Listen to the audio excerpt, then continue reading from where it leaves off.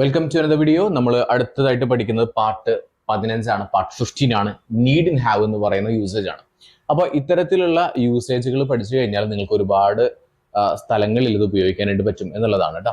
അപ്പോൾ നമ്മൾ പറഞ്ഞു നീഡ് ഇൻ ഹാവ്, ഹാവിന് ഇമ്മീഡിയറ്റ് ആയിട്ട് വെർബ് വരുന്നുണ്ടെങ്കിൽ വെർബിന്റെ മൂന്നാമത്തെ ഫോമാണ് ഉപയോഗിക്കാനെന്ന് നമ്മൾ കഴിഞ്ഞ ക്ലാസ്സിൽ പറഞ്ഞായിരുന്നു. അപ്പോൾ നോക്കിക്കേ, I need in have studied അർത്ഥം എന്താണ്? നീഡ് ഇൻ ഹാവ് എന്ന് പറഞ്ഞു കഴിഞ്ഞാൽ need in have plus verb third form ആണ് നമ്മൾ യൂസ് ചെയ്യുന്നത്. അപ്പൊ ഇതിന്റെ അർത്ഥം എന്താണ്? ചെയ്യേണ്ടിയിരുന്നില്ല, നമ്മൾ എന്തോ കാര്യം ചെയ്തു കഴിഞ്ഞു എന്നിട്ട് നമ്മൾ പറയണം കൈൻഡ് ഓഫ് റിഗ്രറ്റ്, നമ്മൾ പശ്ചാത്തപിക്കുന്നതാണ്. ലൈക്ക് അയ്യോ അത് ചെയ്യേണ്ടിയിരുന്നില്ല. ഇപ്പോൾ നമ്മൾ ദേഷ്യം വന്നിട്ട് ഒരാളിനെ ചീത്ത പറഞ്ഞു, ചീത്ത പറയാന്നുള്ളതിന് സ്കോൾഡ് എന്നാ പറയാട്ടോ, സ്കോൾഡ് ചീത്ത പറയുക. അപ്പോൾ നമ്മൾ ഒരാളിനെ ചീത്ത പറഞ്ഞു, പിന്നെയാണ് നമ്മൾ ആലോചിക്കുന്നത് അയ്യോ ഞാൻ അവനെ ചീത്ത പറയേണ്ടിയിരുന്നില്ല. I need in have scolded him. I need in have, ഞാൻ ചെയ്യേണ്ടിയിരുന്നില്ല, എന്ത് ചെയ്യേണ്ടിയിരുന്നില്ല? I need in have scolded him. Okay, ഞാൻ ഒരാളിനെ ഇടിച്ചു, അപ്പൊ എന്നിട്ട് ഞാൻ പറയുന്നത് oh I need in have beaten him, ഞാൻ അവനെ ഇടിക്കേണ്ടിയിരുന്നില്ല. I need in have beaten him. ഞാൻ ഒരാളുടെ മുഖത്തടിച്ചു, സ്ലാപ്പ് ചെയ്യാന്നാ പറയാം, സ്ലാപ്പ് മുഖത്തടിക്കുക. എന്നിട്ട് ഞാൻ പറയുന്നത് I need in have slapped him, ഞാൻ അവനെ അടിക്കേണ്ടിയിരുന്നില്ല. I need in have slapped him.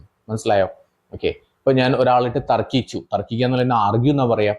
അപ്പോൾ ഞാൻ തർക്കിക്കേണ്ടിയിരുന്നില്ല. I need in have argued with him. മനസ്സിലായോ? അപ്പൊ നോക്കിക്കേ, അപ്പൊ I need in have studied ഇവിടെ അർത്ഥം എന്താ? ഞാൻ പഠിക്കേണ്ടിയിരുന്നില്ല എന്നുള്ള അർത്ഥം. ഞാൻ പഠിക്കേണ്ടിയിരുന്നില്ല, പഠിച്ചുകൊണ്ട് എനിക്ക് നല്ല ജോലിയൊക്കെ കിട്ടി, ഭയങ്കര പൈസ ഒക്കെ ഉണ്ടായി, ഞാൻ പഠിക്കേണ്ടിയിരുന്നില്ല. അതൊരു റിയൽ എക്സാമ്പിൾ ഒന്നല്ല, ജസ്റ്റ് പറഞ്ഞു മാത്രം, പഠിക്കാനായിട്ട് മനസ്സിലാക്കാനായിട്ടുള്ളതാണ്. Okay, I need in have played എന്ന് പറഞ്ഞു കഴിഞ്ഞാൽ ഞാൻ കളിക്കേണ്ടിയിരുന്നില്ല. I need in have played, ഞാൻ കളിക്കേണ്ടിയിരുന്നില്ല. ഓക്കെ, ഒരാൾ ഫുട്ബോളൊക്കെ കളിച്ച്, ഫുട്ബോൾ കളിച്ചിട്ട് ആളുടെ കാലൊക്കെ പൊട്ടി ഒടിഞ്ഞു എന്ന് വിചാരിക്കാം. അപ്പൊ നമ്മൾ പറയണ, അപ്പൊ അവനോട് പറയണ you need in have played football. അർത്ഥം എന്താ? നീ ഫുട്ബോൾ കളിക്കേണ്ടിയിരുന്നില്ല. You need in have played football. മനസ്സിലായല്ലോ? ഓക്കെ, ഒരാള് പാട്ട് പാടി, ഓക്കെ, പക്ഷെ സമ്മാനം ഒന്നും കിട്ടിയില്ല. അപ്പൊ എന്താ പറയാ? You need in have sung. നീ പാടേണ്ടിയിരുന്നില്ല. You need in have sung. Okay, നീ സംസാരിക്കേണ്ടിയിരുന്നില്ല. You need in have spoken. നീ സംസാരിക്കേണ്ടിയിരുന്നില്ല. You need in have spoken. ഒരാള് ആൽക്കഹോളൊക്കെ കഴിച്ചു, ഭയങ്കരമായിട്ട് എന്തൊക്കെ ഇഷ്യൂ ഒക്കെ ആയി, പിറ്റേ ദിവസം ആള് പറയാണ് ഞാൻ ഇന്നലെ ഭയങ്കര ബോറായില്ലേ. I need in have drunk. Drink, drank, drunk third form ആണ് കേട്ടോ. നിങ്ങളത് ഇങ്ങനെ ആലോചിക്കൊന്നും വേണ്ട, നിങ്ങളിങ്ങനെ ഇത്തരത്തിൽ എക്സാമ്പിളുകൾ ക്രിയേറ്റ് ചെയ്ത് കഴിഞ്ഞാൽ ഓട്ടോമാറ്റിക്കലി ഇത് പറയാൻ പറ്റും. ഓക്കെ, ഞാൻ ചോദിക്കേണ്ടിയിരുന്നില്ല ഒരു കാര്യം. ഞാൻ ഒരാളോട് ചോദിച്ച സമയത്ത് അയാൾക്ക് ഭയങ്കരമായിട്ട് വിഷമമായി, അപ്പൊ ഞാൻ പറയുന്നത് ഞാൻ ചോദിക്കേണ്ടിയിരുന്നില്ല.